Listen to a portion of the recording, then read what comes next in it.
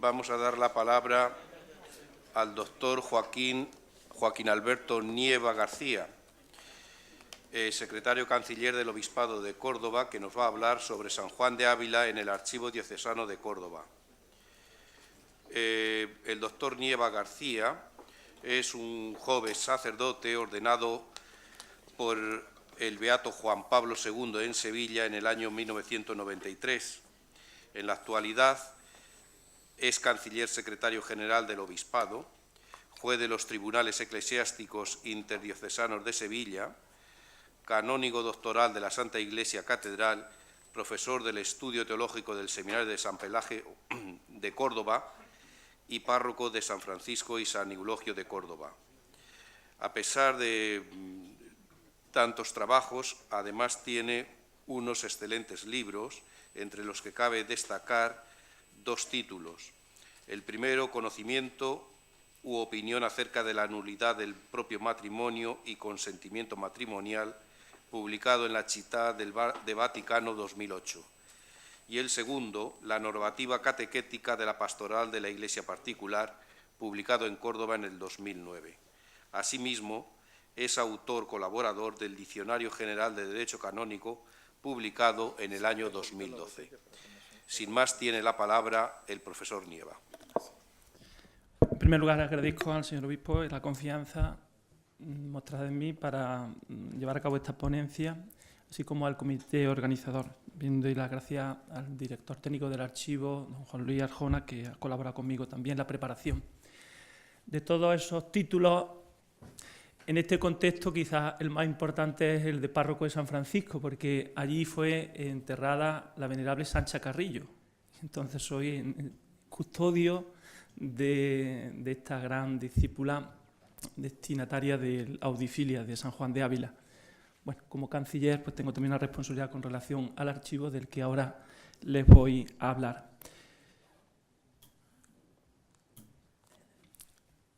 La diócesis de Córdoba está relacionada con la causa de beatificación de una manera fundamental, porque aquí vivió los últimos 18 años de su vida, aquí murió, aquí se encuentra su sepulcro, y en el Archivo General del Obispado de Córdoba hay importantísima documentación relacionada con San Juan de Ávila, y especialmente con su proceso de beatificación. Ahí tienen una imagen, por eso perdonen que les ponga para ustedes más incómodo, pero una imagen a estas horas creo que se agradece para intentar hacer más amena la presentación. De la posición en la que aparece este detalle de la causa toledana o de Córdoba. En Toledo nace, en la diócesis, en el territorio, en Almodóvar del Campo, y en Córdoba vive la última etapa de su vida, aquí muere y aquí está su sepulcro. Esto es muy importante de cara a la instrucción de la causa de beatificación. Por eso la documentación que tenemos nosotros en nuestro archivo es del máximo valor como parte de la instrucción de aquella causa y por la información que contiene para futuras investigaciones. El primer bloque de esta ponencia, yo les resumo, les presento así de esta manera más abreviada, está relacionada con la declaración del doctorado, que le da actualidad a estas fuentes, a estos documentos que tenemos nosotros en nuestro archivo diocesano. Primero, como saben ustedes, ayer nos lo recordaba el primer ponente, para que alguien sea declarado doctor de la Iglesia hace falta 3 requisitos. El primero, la insigne santidad de vida. Segundo, la doctrina eminente. Y tercero, el reconocimiento o declaración expresa por parte del Sumo Pontífice. Recientemente se ha cumplido el tercer requisito de la declaración. Anteriormente existía esta santidad insigne de vida y la doctrina eminente. Con el doctorado, como ayer nos decía don Demetrio, se abre una nueva etapa, esta larga ya historia, para profundizar en el conocimiento de esa insigne santidad de vida y doctrina eminente. Y por otro lado, también para difundirlo. La documentación que nosotros tenemos en nuestro archivo, así como la que existe en otros archivos diocesanos o de otro tipo, tienen una doble importancia. Primero, el valor que tuvo en el caso nuestro y en otros similares, esta documentación para la causa, para conocer la misma causa, la instrucción y detalles de ella, y también para generar nuevos estudios y, por lo tanto, más información, nueva información. El doctor Salas Balú, en el año 52, señaló la importancia de acudir a bibliotecas y archivos españoles y extranjeros y a los archivos de la Compañía de Jesús como fuentes que no habían sido jamás utilizadas al historiar la persona y obra del maestro. Y dice que, buscando en estos archivos, encontró materiales nuevos, un acopio abundante de materiales nuevos, que a él le han servido para el estudio, los estudios que aparecen en la introducción, como todos ustedes conocen, del primer volumen. Todos esos estudios beben de estas fuentes a las que él se refiere. Estamos en el año 52 y dice que existen esos archivos con mucha documentación que todavía o que nunca han sido estudiados. Yo pues voy a intentar verificar esta afirmación. Las fuentes históricas que él cita, que aparecen recogidas en este primer volumen, de 1952, 1970 y 2007, ahí aparecen parte de esos documentos a los que se refiere el doctor Salas Balú, pero no todos. De hecho, yo voy ahora a decir algunos que no están ahí y que hay que incorporar y que tenemos nosotros en nuestro archivo. Y lo mismo con respecto al artículo de la causa de beatificación, la historia que él hace de la canonización, que él se publicó en una revista y después ahora ha sido reproducido aquí, también en este volumen, y que habría que revisar y que se puede revisar gracias a la documentación que existe, como yo también indicaré ahora después. La mejor y más completa documentación sobre la causa de beatificación del maestro Ávila se encuentra en los archivos vaticanos. Allí llegaron documentos, entre otros los de que había en Montilla, estupendos, magníficos, fueron llevados y nunca volvieron. Allí también han llegado todos los procesos que se han realizado en las diócesis. Ciertamente es el más completo, el del archivo Vaticano, los archivos vaticanos, pero no es exclusivo. En otros archivos, como el de Córdoba y en otras diócesis, también existe documentación muy importante que no se encuentra en Roma. Como sucede en el caso nuestro, hay documentos que tenemos en Córdoba de los que no hay constancia que estén en Roma. Solamente una parte de esta información de los archivos vaticanos aparece en la posición de la beatificación, la cual ciertamente esa posición es el referente fundamental para conocer de manera sistemática distintos aspectos que se someten a la valoración, al estudio respecto del maestro, pero la estructura, la metodología de la posición hacen que sea un documento limitado, aunque sea una magnífica síntesis. Hablamos de la posición de la beatificación, de la posición, así como la que después se ha hecho de la canonización. Los documentos de otros archivos, como este que tenemos, el de Córdoba, que no excluye a otros, al contrario, esto es extensivo. En lo que yo digo hoy se podría decir de otros archivos. Tiene valor de fuentes documentales usadas para elaborar la posición, para ampliar el conocimiento de la persona y obra del venerable, cuya santidad es sometida a valoración. Los documentos de nuestro archivo diocesano permiten modificar, precisar e incluso completar, actualizando la lista de fuentes históricas y documentos publicados hace más de medio siglo por el doctor Salas Balú, y revisar también la historia de la causa. Aquí hay algunos detalles que no son exactos. Con los documentos en la mano es posible hoy aportar más información. El mismo Salas Balú lo dice. Yo he recopilado muchísimos documentos y ahora voy a hacer una cosa ligera, a grandes trazos, pero que no es cerrada ni es definitiva. Y es más, él afirma en un momento expresamente, esto lo digo porque no hay conexión de los datos, hay algunas divergencias. Si esto lo digo para que alguien investigue, lo dice él mismo, porque de este tema, habla de uno de ellos, pero son muchos los temas que quedan así un poco abiertos en su trabajo. Bien, pues ahí se centra nuestro trabajo. Los documentos de nuestro archivo contienen interesantes y originales datos que solamente podían ofrecerse a la congregación desde la diócesis de Córdoba, porque el maestro aquí vivió, murió, fue sepultado en la ciudad de Montilla, y la diócesis de Córdoba aporta esa información que necesita la congregación. Solamente esta diócesis podía aportarlo sobre su vida, esos últimos años, su sepulcro, está en Montilla, en el Colegio de los Jesuitas, el tema del non cultus en estos lugares, en Córdoba y allí en Montilla, o lo relacionado con sus reliquias. Son temas que suscitan mucho interés, tanto en Roma, en la congregación, como a nivel de la postulación. En el archivo episcopal, archivo de la dignidad, o archivo diocesano, o archivo general del Obispado de Córdoba, se denomina de distintas maneras, los mismos documentos, se guardaron diligentemente y con mucho interés las copias u originales, conservándolas, protegiéndolas para poder difundir esa documentación que hoy constituye un valioso patrimonio documental a nivel mundial. Además, en Córdoba hay documentos relacionados con San Juan de Ávila que no se pueden encontrar en Roma o de los que no hay allí constancia que existan, y viceversa. En Roma hay documentos que se realizaron aquí durante el proceso de beatificación de los que no quedó copia aquí en Córdoba. El Archivo Diocesano es uno de los fondos documentales más importantes de nuestra provincia, contienen sus 25.000 cajas, gran parte de la historia de nuestra diócesis. En la serie de provisoratos, sección de procesos de canonización, se conservan los documentos de la causa de beatificación de San Juan de Ávila y de otros, como del reciente padre Cristóbal de Santa Catalina, que ha sido beatificado hace una semana. Se citará también otro documento que está en la sección de órdenes religiosas masculinas. La causa de, como saben ustedes, de beatificación fue muy larga. Él muere en 1569, hicieron falta 190 años hasta que el Papa Clemente XIII publicó el decreto sobre las virtudes heroicas y 325 años pasaron hasta que el Papa lo beatificó. Mucho tiempo. A lo largo de todo ese tiempo hay tiempos más fecundos en la elaboración de materiales y otros en los que no se hace nada. Periodos de un siglo entero de inactividad. Periodos así muy largos en los que no se hace nada. En otros sí hay mucha fecundidad. Casi toda la documentación de nuestro archivo está relacionada con este periodo de la causa, elaborada en el siglo XVIII y XIX.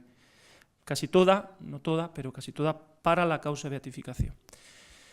Los documentos son dos procesos de non culto, uno un proceso apostólico super fama Santitatis Virtutum et Miraculis in genere, otro un reconocimiento del cuerpo para la extracción de las reliquias, y hay otro documento que es la certificación de autenticidad de estas reliquias, y otros documentos que no forman parte de la causa, no son procesos para la causa, el expediente de apertura del sepulcro y reconocimiento del sepulcro en 1839, y otro documento sobre la supresión de la compañía y los efectos que tuvo en el colegio y en la iglesia donde estaba el sepulcro, que también aporta información. Para comprender esta documentación, pues hay que hacer, yo en el texto escrito hago una pequeña presentación, qué es la beatificación, cuál es la normativa que se aplicó, en este caso el retraso en el comienzo de la instrucción y después la prolongación hizo que sobre este proceso cayeran todas las leyes con la complicación que fue incorporando a lo largo de los siglos siguientes a su fallecimiento, sobre todo con Benedicto XIV. En la primera etapa, el proceso informativo, que abarca estos años, de 1623-1628, como saben ustedes, ya se ha aludido a ello, la Congregación de Presbíteros Naturales de Madrid pone en marcha esta causa y en este momento, en 2 años, se realizan procesos informativos con autoridad ordinaria en diferentes diócesis. En esta primera etapa, que se prolonga hasta 1628, se envía a Roma y se queda la causa parada un siglo.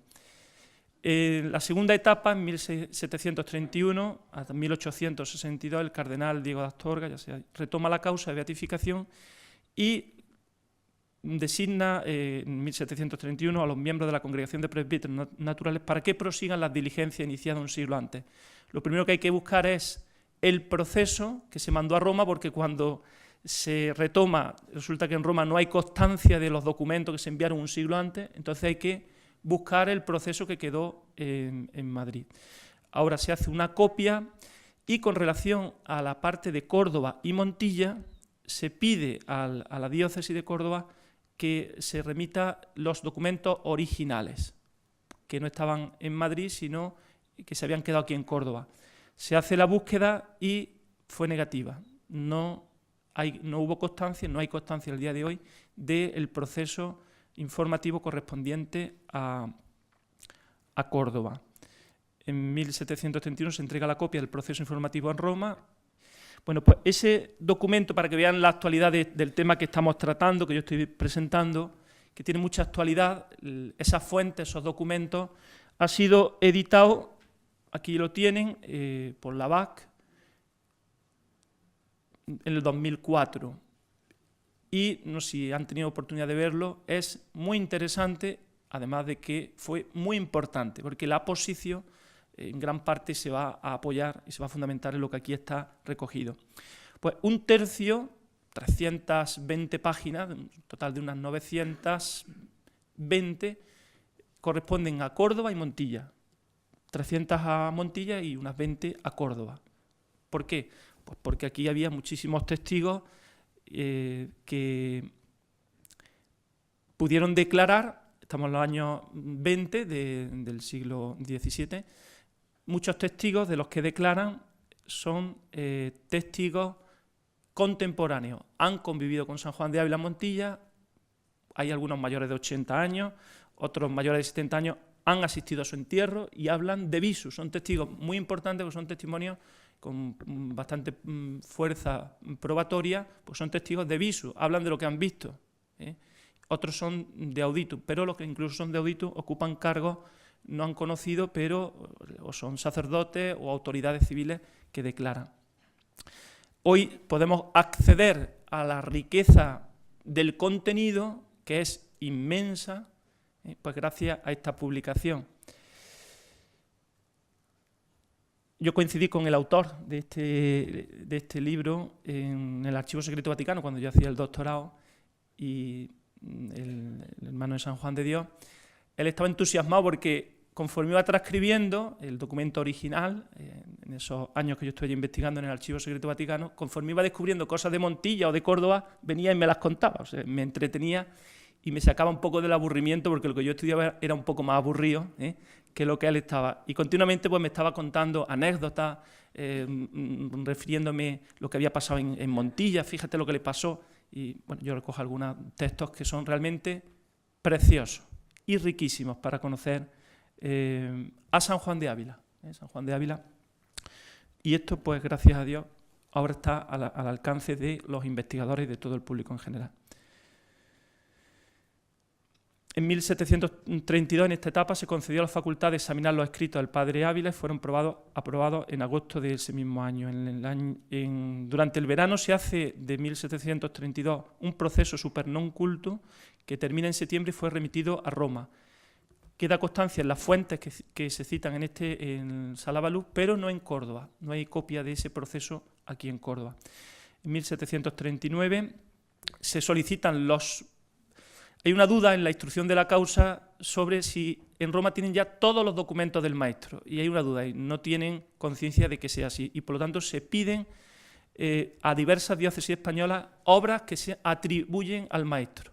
Entonces se pide, pensando que no se va a encontrar nada, pero en Montilla se encuentran 26 papeles que no son papeles, sino que son obras de extraordinario valor. Aquí aparecen también recogidas.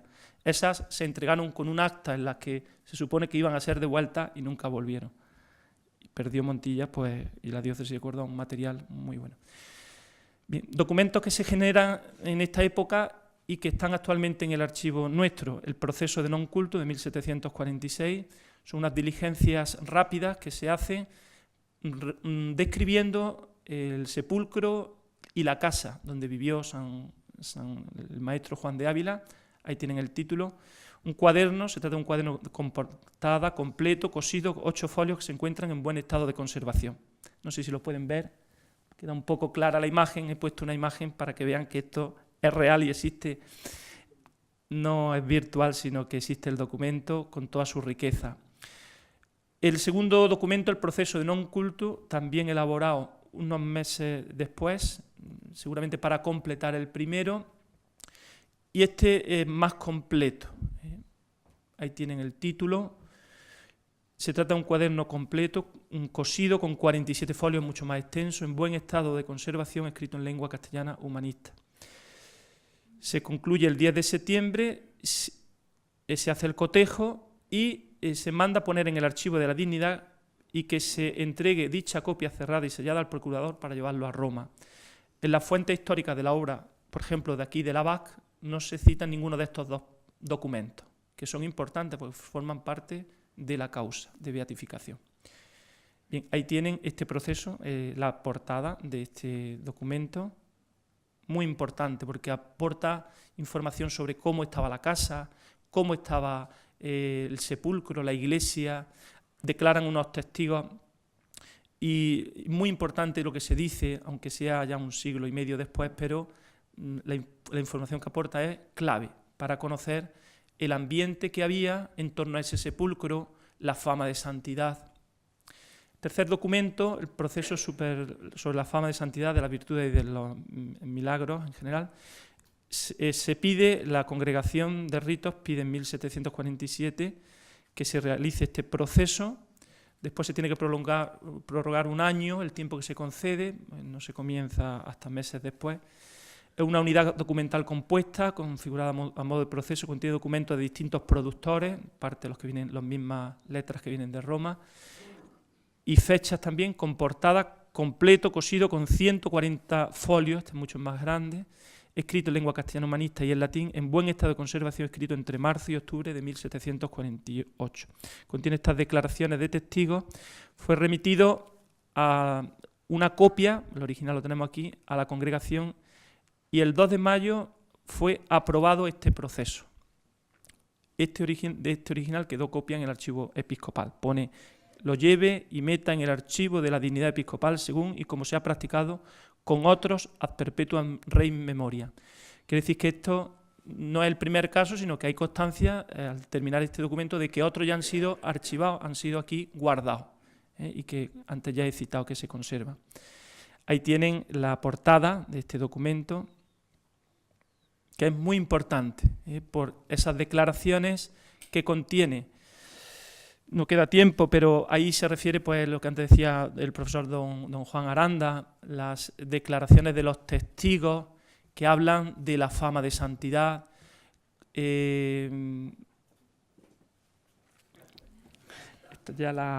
Entonces, bueno, no me puedo detener, lo podrán ustedes leer, porque las declaraciones son muy importantes por el contenido, lo que dicen, lo que revelan, después al final les cito una cita nada más, pero es muy importante porque hablan de San Juan de Ávila, de su fama de santidad, de su grandeza, de la repercusión, de la cantidad de discípulos que sigue teniendo, porque acuden a él, porque lo veneran, porque realmente hay una devoción extendida sobre él.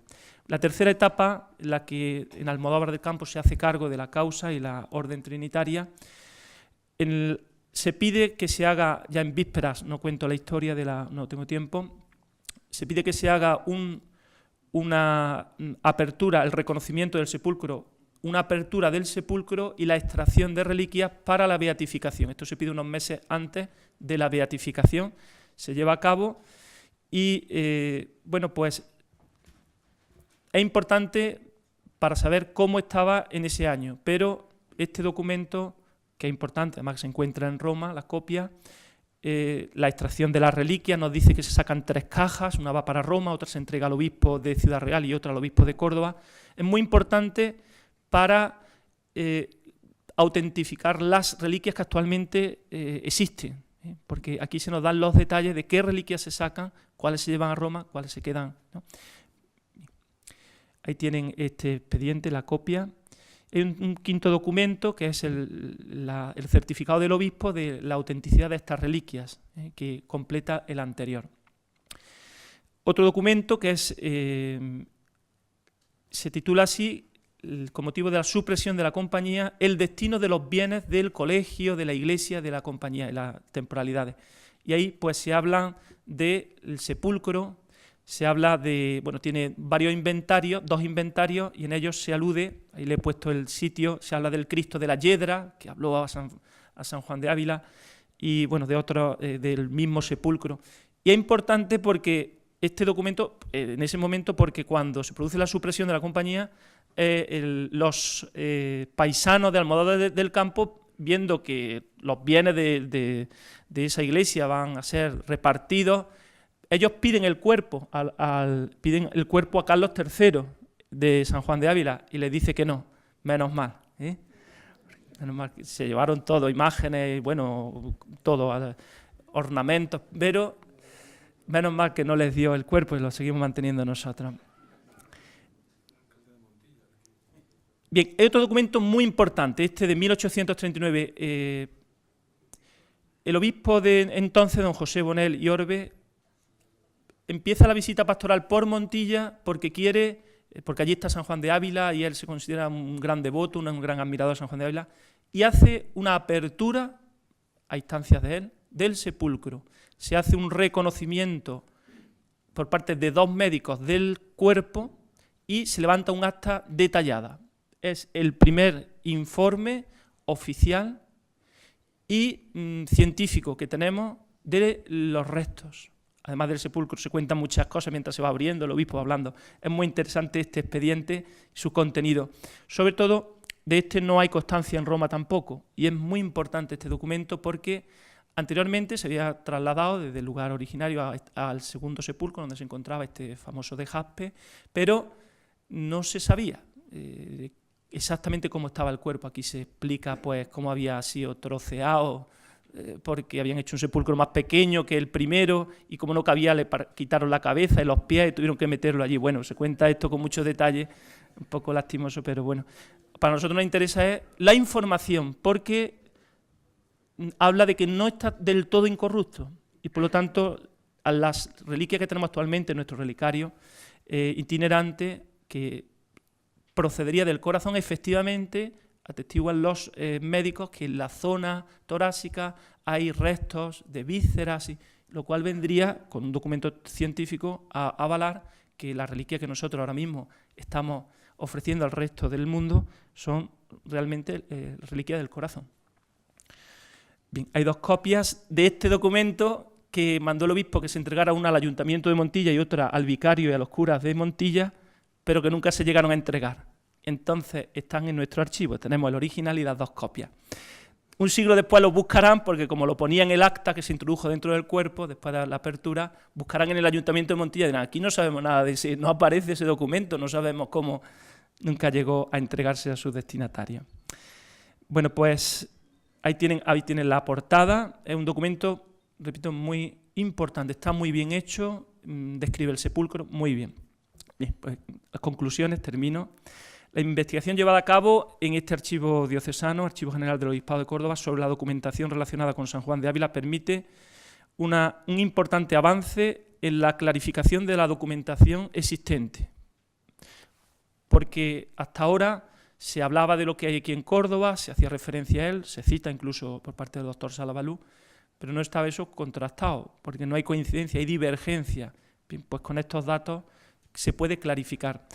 Lo que aquí se ha hecho, lo que hemos hecho, lo que yo he hecho, y se puede hacer en otros archivos similares, en los que hay documentación, sabemos que existe documentación, un estudio crítico, científico, para profundizar no solamente en los 2 aspectos de la fama de santidad y de su condición de maestro, porque hay una cantidad de referencias impresionante. Ahora les voy a decir una: maestro y doctor de la Iglesia, pero sobradamente, y santo de los grandes. Saben que Santa Teresa, cuando le dieron la noticia que había muerto, empezó a llorar. Le dicen, ¿pero por qué llora, madre, si está en el cielo? Y dice, por eso no lloro, eso ya sé yo que está en el cielo. Lloro porque la Iglesia pierde una gran columna. O sea, Santa Teresa, santa y doctora de la Iglesia, vamos a decir, lo declara santo, lo declara que está en el cielo, lo canoniza. La Iglesia tarda un poco más, unos siglos más, ¿no? Sino también la difusión de esa fama y doctrina. Estos documentos pueden ayudar a difundir esa fama y doctrina. Esta documentación aporta luz sobre la instrucción concreta de la causa de beatificación. Algunas cosas que habría que corregirlas con estos datos de la historia que hizo el doctor Salabalú, con su permiso. El estudio permite conocer los detalles de la seriedad de la instrucción, de esta causa, de los procesos, y la abundante información para seguir escribiendo la historia de la causa con rigor y de manera completa. El expediente de reconocimiento del cuerpo es importantísimo porque contiene este primer estudio del estado del cuerpo con un carácter oficial y científico, como acabo de decir. Hay muchos estudios sobre San Juan de Ávila. Yo me he puesto a estudiar para preparar esta comunicación, esta ponencia, pero no he visto en todos los que se citan aquí en otros libros estudios sobre las fuentes, un poco como ha hecho antes el profesor. el estudio de las fuentes, de los documentos que existen y que nos pueden aportar nueva información, información más precisa. Haría falta un estudio específico, yo propongo eso para los que son especialistas en este campo. Hay necesidad y posibilidad de nuevos estudios científicos críticos y comparativos de la documentación existente. Tenemos documentación original poco estudiada que puede aportar información más abundante, que a veces es única y privilegiada, como estos documentos, algunos de los que yo acabo de referir. Y por lo tanto todo esto ayudará a conocer mejor al nuevo doctor de la Iglesia. Hay importantes documentos que contenían desde hacía siglos el testimonio vivo de su santidad y doctrina eminente que recientemente han sido reconocidas con la declaración del doctorado. Bien, pues el estudio de estas fuentes enriquecerá nuevos estudios que se quieran hacer en la nueva etapa que acabamos de abrir. Termino con estas dos citas, tomadas de aquí del proceso que se hizo en Córdoba. Un testigo de Montilla dice: el maestro Ávila unió ciencia y santidad. Una buena definición para un doctor de la Iglesia, unir ciencia y santidad. Y otro testigo de Córdoba, en el proceso informativo, que dice que era un predicador tan santo que a todos los hacía santos. Yo creo que estas joyas, como esto está todo sembrado lleno, yo les animo a ustedes a leerlo. Muchas gracias.